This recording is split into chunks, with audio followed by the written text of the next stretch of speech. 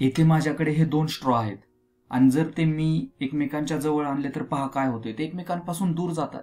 वा, खूपच आश्चर्यकारक आहे. पाहू शकता तुम्ही कसे ते एकमेकांपासून दूर जातात. आता हे जर लोकरी कापड जर मी या स्ट्रॉ जवळ आणलं तर ते एकमेकांकडे आकर्षित होत आहे. पहा अशा प्रकारे. आता हे जर व्यवस्थित समजून घ्यायचं असेल तर आपण एक प्रयोग करूया. त्यासाठी आपल्याला पाहिजे एक बाटलीचे झाकण, दोन स्ट्रॉ आणि एक लोकरी कापड. आता सुरुवातीला आपण काय करूया तर हे दोन्ही स्ट्रॉ या लोकरी कापडावरती घासूया अशा प्रकारे. आणि असं घासून झाल्यानंतर एक स्ट्रॉ आपण या झाकणावरती ठेवूया आणि दुसरा स्ट्रॉ लोकरी कापडावरती घासून या पहिल्या झाकणावरती ठेवलेल्या स्ट्रॉच्या जवळ आणूया. काय होतंय ते पहा, ते एकमेकांपासून दूर जात आहे. खूपच मजेशीर आहे हे. तुम्ही नीट पाहू शकता कसे ते एकमेकांपासून दूर जात आहेत.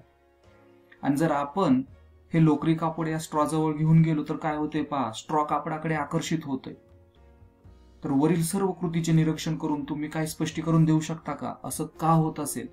तर आपण पाहिलं की हे दोन्ही प्लास्टिकचे स्ट्रॉ लोकरी कापडाने घासल्यानंतर जेव्हा आपण त्यांना जवळ आणलं तेव्हा ते एकमेकांना दूर ढकलत होते, त्यामध्ये प्रतिकर्षण होते.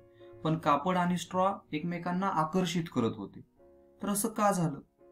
आपल्याला माहिती आहे की सर्व वस्तू या अणूंनी बनलेल्या असतात आणि अणू हे प्रोटॉन, न्यूट्रॉन आणि इलेक्ट्रॉन यांनी बनलेले असतात.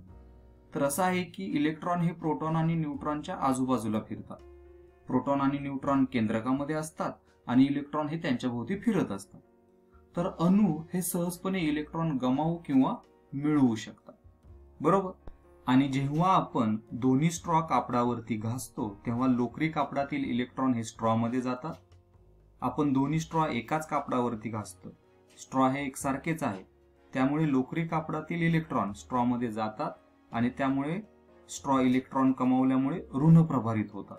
आणि आता जेव्हा हे दोन्ही स्ट्रॉ एकमेकांच्या जवळ येतात तेव्हा दोन्हीवर ऋण प्रभार असल्यामुळे ते एकमेकांना दूर ढकलतात.